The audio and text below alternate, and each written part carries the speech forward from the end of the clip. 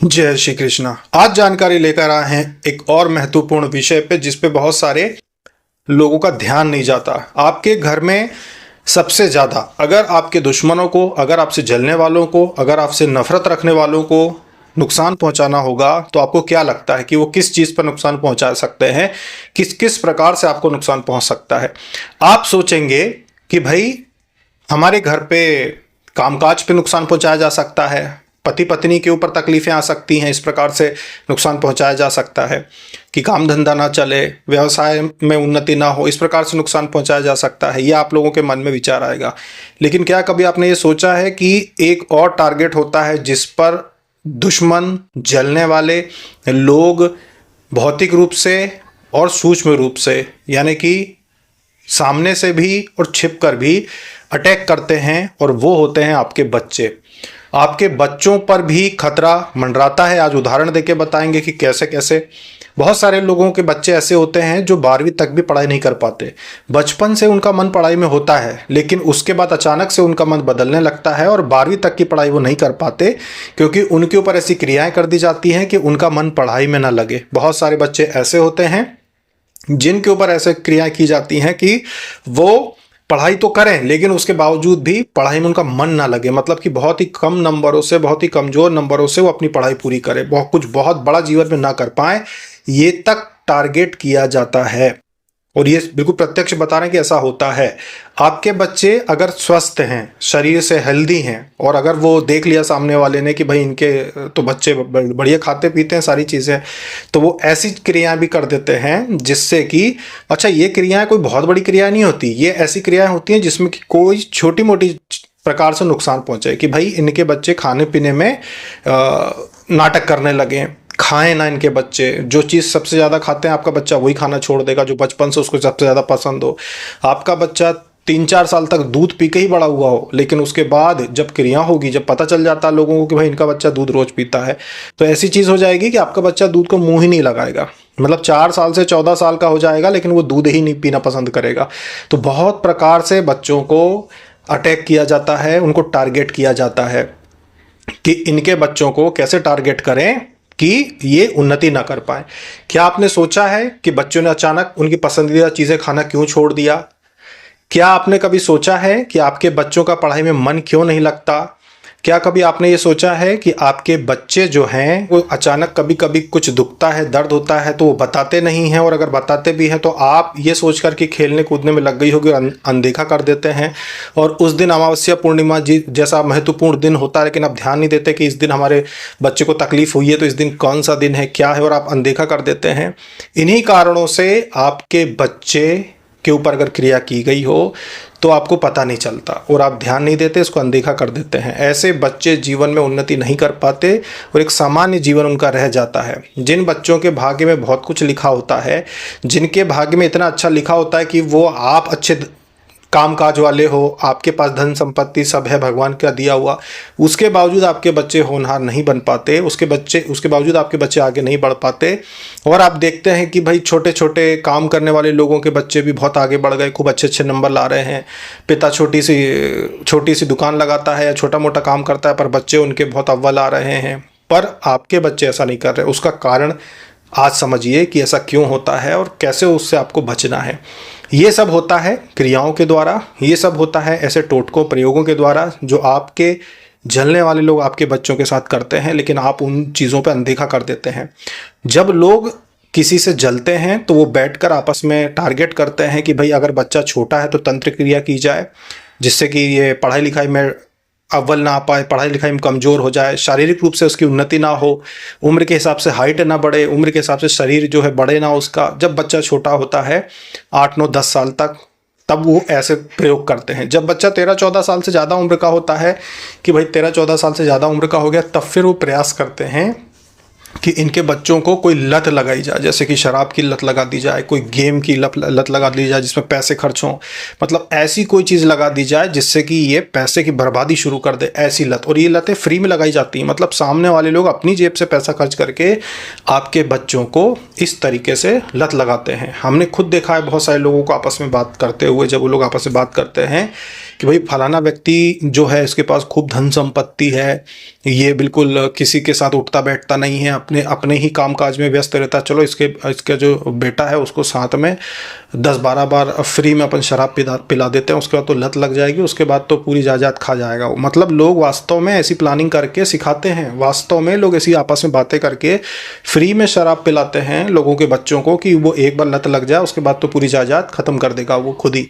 तो ये होता है, वास्तव में ये होता है, लोग ऐसा टारगेट करते हैं। आपको लगता होगा कि अरे ऐसा कोई टारगेट नहीं करता, ऐसे किसी को फर्क नहीं पड़ता। भाई आपके घर में कौन सी गाड़ी है, आपके घर में कौन कौन सी गाड़ियां घर में आप उपयोग करते हैं, कौन कितने आपके प्लॉट हैं, कितना आपके घर हैं, कितनी आपकी संपत्ति है, क्या आपका कामकाज है, ये आपको लगता है कि आपके बच्चों से जुड़े हुए लोग नहीं देखते या नहीं ध्यान लगाते, पर वास्तव में जिनसे आपको कोई मतलब नहीं होता वो लोग भी इन चीज़ों का हिसाब लगाते हैं कि भाई उनके घर में सब कुछ बढ़िया है, ऐसा ऐसा है, चलो उनके लड़के को अपन लत लगा देते हैं। फिर बिना आपकी जानकारी के, आपको तो पता भी नहीं है, आपके बच्चों को पार्टी दी जाएगी, आपके बच्चों को धीरे धीरे गंदी चीज़ें खिलाना पिलाना शुरू करेंगे वो, जिससे कि बस लत लग जाए। उसके बाद फिर वो मज़े लेंगे, वो खर्च करेंगे आपके बच्चे पे 2-4 हज़ार, उसके बाद आपका बच्चे को अगर लत लग गई तो लाखों आपका बच्चा लुटा देगा उनके ऊपर, पार्टियों में खिला पिला के। ये चीज़ होती है।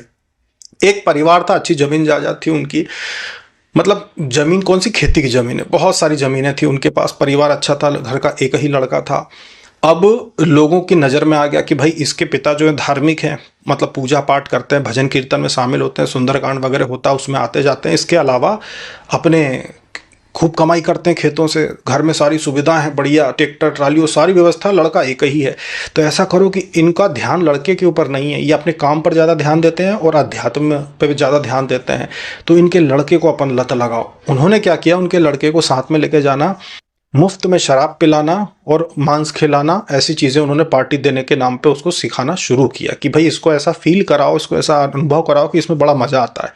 अब ये चीज़ उसके पिता को तो पता ही नहीं चली, क्योंकि जितने भी लोग थे वो ये चाहते थे कि भाई इसको लत लगा के छोड़ देना है, उसके बाद अपने आप सब कुछ हो जाएगा। अब आगे चल के ये हुआ भी। ये चीज़ सब लोगों ने मिलके उस लड़के के साथ साल भर तक की, कि साल भर तक उसको समय समय पे, महीने में एक बार, कभी कभी कोई दिन आ गया अच्छा, उसको पार्टी देना, उसको पिलाना, ये काम शुरू किया। आपस में पैसे इकट्ठे करके, उससे पैसे नहीं लेते थे, जैसे 6 लोग हैं तो 5 लोग पैसे इकट्ठे करेंगे, उससे पैसे नहीं लेंगे, तो उनकी भी पार्टी हो जाती थी। और साथ में टारगेट था कि इस लड़के को भी अपने को आदत डालनी है, तो चलो अपनी पार्टी तो करते ही हैं अपन पहले से, इसको भी आदत डालना है। अब उन्होंने ऐसा कर दिया। उसके बाद फिर वो लड़के से पार्टी लेना शुरू हो गए, लड़के ने घर में चोरियां करना शुरू कर दी। अब बड़े किसानों को पता नहीं चलता, अगर घर से थोड़ा बहुत अनाज चोरी हो जाए, गुम हो जाए, तो उनको फर्क नहीं पड़ता, पता भी नहीं चलता। अब उस लड़के ने ये सब करना काम शुरू कर दिया। धीरे धीरे लड़के के जो पिता थे उनकी उम्र हो गई, वो देहांत हो गया उनका। लड़का जो था अब 14-15 साल की उम्र से सीखा था सारी चीज़ें, 21 साल का हुआ तब उनके पिता गुजर गए। अब पिता गुजर गए, पूरी जायदाद उसके हाथ में आ गई, वो लत लग गई थी शराब की। अब वो क्या करते कि हर दिन पार्टी देते सबको, जो जिन लड़कों के साथ वो बड़े हुए थे, 5-6 साल बिताए थे उन्होंने, उनको हर दिन पार्टी देना, हर दिन बाहर खाना खाना, हर दिन कहीं ढाबे पे जा रहे हैं, कहीं बना के खा रहे हैं, कहीं शराब तो रोज ही चल रही है। दिन भर काम करना और रात में पार्टी, दिन भर काम करना, रात में पार्टी, करते करते करते करते करते ये हालत हुई कि जितनी जायदाद थी उनकी उस गांव में पूरी की पूरी बेच दी। जितने वाहन थे घर में वो सारे वाहन भी बिक गए शराब के चक्कर में, सारी चीज़ें निकल गई। और उसके बाद फिर वो अपना गांव छोड़ के दूसरी जगह पे जाके मजदूरी करने लगा, क्योंकि अब गांव में तो नाक ही नहीं रही ना, जमीन जायदाद सब बिक गई, तो वहां पे कैसे रहते। तो फिर दूसरे जगह पे जाके मजदूरी करने लगे। यही चीज़ें होती हैं, आपको पता नहीं चलता कि कैसे लोग आपके बच्चों को टारगेट कर लेते हैं। कभी भी ये मत सोचो कि आपके आर्थिक स्थिति पे लोगों की नज़र नहीं है। लोगों की नज़र हमेशा आपकी आर्थिक स्थिति पे होती है कि आपकी आर्थिक स्थिति क्या है और इसमें कमज़ोर कड़ी क्या है। कमज़ोर कड़ी देखी जाती है। अगर कई बार ऐसा होता है कि बच्चों को माता पिता बहुत कठोर नियमों से पालते हैं, बहुत ही कठोर नियमों के बीच में रखते हैं तो उनको डर नहीं होता, क्योंकि उनके बच्चे जानते हैं कि गलत कदम नहीं उठाना है।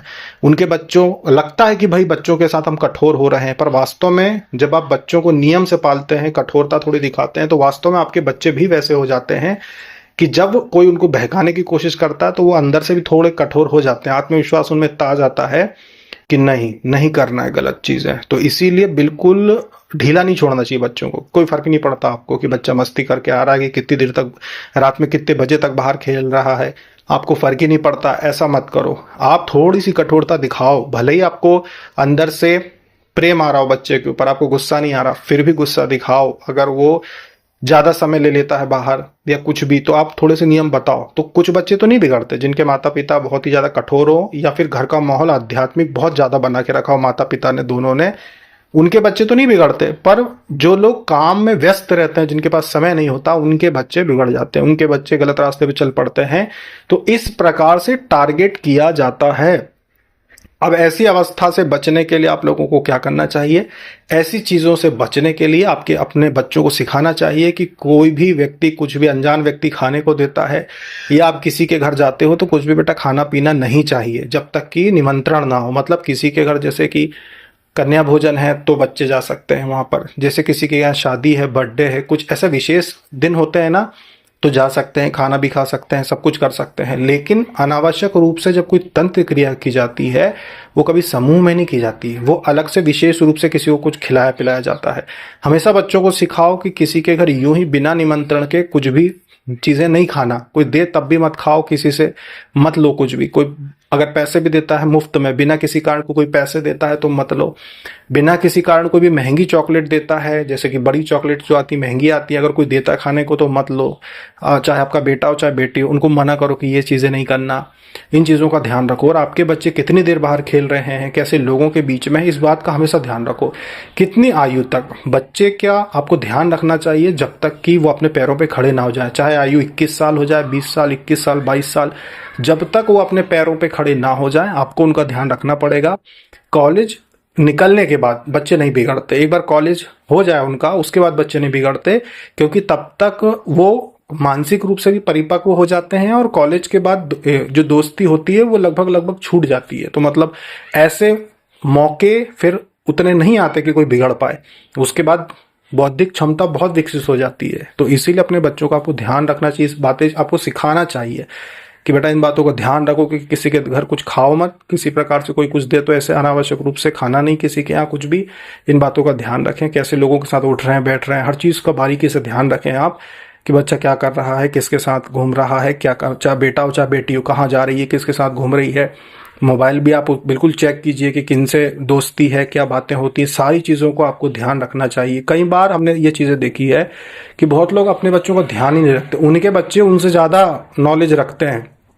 मतलब बहुत ही ज़्यादा ऐसा कह सकते हैं कि गंदगी वाला नॉलेज, माता पिता से ज़्यादा बच्चे को नॉलेज है। मतलब उनको कोई फर्क नहीं पड़ता कि उनका बच्चा किन के साथ उठ रहा बैठ रहा है, किन के बीच में घूम रहा फिर रहा है। अच्छा, माता पिता भी वैसी बातें करते हैं, माता पिता भी वैसी बातें करते हैं, दूसरों के बच्चे के बारे में वैसी बातें बोल देना, कुछ भी उठा के कह देना। तो उसे समझ में आता है कि भाई जब ये माता पिता ही ऐसी बातें करते हैं, गर्लफ्रेंड बॉयफ्रेंड और ऐसे शब्द उपयोग कर रहे हैं बच्चों के सामने, तो इनके बच्चों का बिगड़ना कुछ गलत नहीं है, बिल्कुल सही बिगड़ रहा है। क्योंकि ये खुद ही गर्लफ्रेंड बॉयफ्रेंड जैसे शब्द कौन घर में बोलता है। मतलब हमारे जो देखिए, हमारे जो घनिष्ठ संबंधी हैं, जो हमारे बिल्कुल, जिन परिवार के बच्चों को हम अच्छे से जानते हैं, उनके घर में गर्लफ्रेंड बॉयफ्रेंड या ऐसी बिल्कुल ये बातें नहीं करते कि कौन गर्लफ्रेंड होती है या बॉयफ्रेंड होता है, या मतलब इन बातों को इतना बुरा समझते हैं कि अगर किसी ने मुंह से निकाल दिया तो जो बड़े लोग हैं ना, सब एक दूसरे का चेहरा देखने लगते हैं कि बच्चों के सामने ऐसी बात कौन करता है। मतलब शर्म की बात है कि कोई व्यक्ति बच्चों के सामने ऐसी बात भी करे। बच्चे मतलब कौन? बच्चे वो जो 18 साल से कम उम्र के हैं, वो सब बच्चे हैं, उनके सामने ऐसी बातें नहीं करना चाहिए कभी भी। जब वो दुनिया से कुछ चीज़ें उनको सीखनी है, वो अपने आप सीख जाते हैं एक उम्र आने पर अगर माता पिता वैसा ही माहौल घर का बनाएंगे, गर्लफ्रेंड बॉयफ्रेंड और ऐसी वैसी बातें करेंगे, तो बच्चे बिगड़ने का फिर उसमें ज़्यादा रहता है। इसके बाद हम एक बात और बताई थी कि इस बात का आप लोग ध्यान रखें कि बच्चों की नज़र जरूर उतारें। हर सप्ताह का एक दिन कोई चुन लें, शुक्रवार जिस दिन आप लोग हवन करना पसंद करते हो कि भाई हम सप्ताह में एक दिन हवन करेंगे या एक दिन हम भोग देते हैं, उसी दिन बच्चों की नज़र भी उतारो आप। चाहे 2 लौंग लेके उतार लो, चाहे पीली सरसों लेके उतार लो, चाहे काली सरसों से उतार दो, चाहे जिस भी, बहुत सारे प्रयोग होते हैं और सभी जानते हैं कि नज़र कैसे उतारना। जैसे आप चाहो वैसे, पर सप्ताह में 1 दिन बच्चों की नज़र जरूर उतारो। फिर आप देखो कि आपका बच्चा अब ज़्यादा अच्छे से खाना खाएगा। पहले वो जैसा खा रहा था वैसा नहीं, अब बच्चा ज़्यादा अच्छे से खाना खाएगा। पहले वो थोड़ा बहुत चिढ़ रहा होगा, तो नज़र उतारने के बाद आप देखोगे कि अब वो उतना चिढ़ नहीं रहा है। और ये कब होता है? नज़र उतारने के 5 मिनट के अंदर। जैसे आप बच्चों की नज़र उतारते हो, 5 मिनट के अंदर उनके ऊपर असर होता है और वो स्वभाव उनका सामान्य होने लगता है। वो अच्छा, उनको भूख लगेगी, वो भोजन अच्छे से करेंगे, चिढ़ेंगे कम, बात को अच्छे से समझेंगे। ये चीज़ आप प्रत्यक्ष देखोगे अपने हाथों से। तो हर सप्ताह में 7 दिन में 1 दिन बच्चों की नज़र उतारें, और बच्चे किन लोगों के बीच में रहते हैं, किन लोगों के बीच में बोलते चालते हैं, किन के बीच में उनकी यारी दोस्ती, हर चीज़ का ध्यान रखें आप, जिससे कि कोई आपके बच्चों को टारगेट ना कर सके। इन बातों का ध्यान दें। अपने बच्चों को कुलदेवी के नाम का धागा, ताबीज, लॉकेट कुछ भी डालें, चाहे कोई कुछ भी कहे, लेकिन आपको ये सुरक्षा की दृष्टि से करना है। अगर कोई कहता भी है कि अरे इन सब की ज़रूरत नहीं है, तो भाई जिनकी खुद की संतानें नहीं है वो इस बात को समझेंगे भी नहीं। जैसे बहुत सारे लोग नहीं होते, संत सन्यासी बोल देते हैं अरे इन सब की ज़रूरत नहीं। भाई उनके बच्चे नहीं, उनको कोई उससे फ़र्क नहीं। जो गृहस्थी, जिसने बिल्कुल आँखों से पास से देखा हो, वही समझ सकता है कि क्या है, क्या चीज़ें होती है, बच्चे कितने महत्वपूर्ण होते हैं, या सुरक्षा की दृष्टि से क्या देखना चाहिए, क्या समझना चाहिए। जिनके नहीं है वो उस विषय में नहीं समझेंगे। तो आप अपने बच्चों को कुलदेवी के नाम का धागा डालें, उसी धागे में, कुलदेवी के नाम के धागे में ही ताबीज़, सुरक्षा के लिए नज़रदोज जो होती है, नज़रदोज का जो लॉकेट आते हैं, या फिर सुरक्षा के लिए माता काली का, हनुमान जी का, किसी का भी जो लॉकेट आप पहनाते हो सुरक्षा के लिए, उसको पहनाना चाहिए आपको, जिससे कि सुरक्षा होती है। इस बात का ध्यान रखो। तो ये थी जानकारी बच्चों की सुरक्षा के ऊपर कि भाई आप लोग इसको हल्के में मत लो। अपने बच्चों के चारों तरफ ध्यान रखो कि वो क्या कर रहे हैं, क्योंकि आपके दुश्मन बच्चों को टारगेट कर सकते हैं और करते हैं कि बच्चे का मन पढ़ाई में लगे ही ना, वो सफल ना हो पाए, वो सामान्य जीवन ही अपना जिए। इसलिए हर सप्ताह में 1 दिन नज़र उतारो। बच्चों को मंदिर लेके जरूर जाओ। अगर आप जल चढ़ाने जा रहे हो तो बच्चे को भी लेके जाओ, जल चढ़वाओ। अपने सभी धार्मिक चीज़ों में उनको शामिल करो, तो उनके ऊपर फिर क्रियाओं का असर जैसे आप पे नहीं होता, उन पर भी नहीं होगा, उनकी भी बुद्धि पे असर नहीं होगा और वो पढ़ने में होशियार रहेंगे। और जितना हो सके बच्चों को सिर्फ खेलने के लिए बाहर भेजना चाहिए, गायब ना होने दें कि आपको पता ही नहीं है कि सुबह 10 बजे का गया है, 12-1 बज गई, किसके घर गया क्या कुछ पता ही नहीं। ऐसा मत करो। अगर आपको पता है कि शाम को खेलता है 2 घंटे 1 घंटे, तो शाम को खेलने दो उसको। बाकी समय अपने पास रखो, घर में रखो, अपनी आंखों के सामने रखो, तो आपके बच्चे जीवन में उन्नति करेंगे और बिगड़ेंगे नहीं। अगर आपको पता ही नहीं है कि बच्चा कहाँ घूम रहा है, तो फिर आप बिल्कुल निश्चिंत रहिए कि आपका बच्चा जीवन में गरीबी में ही जिएगा और बहुत तकलीफें उसको देखनी पड़ेगी आगे चल के। तो ठीक है, आज के लिए इतना ही। फिर मिलते हैं अगले वीडियो में। जय माता दी, जय श्री कृष्णा, हर हर महादेव।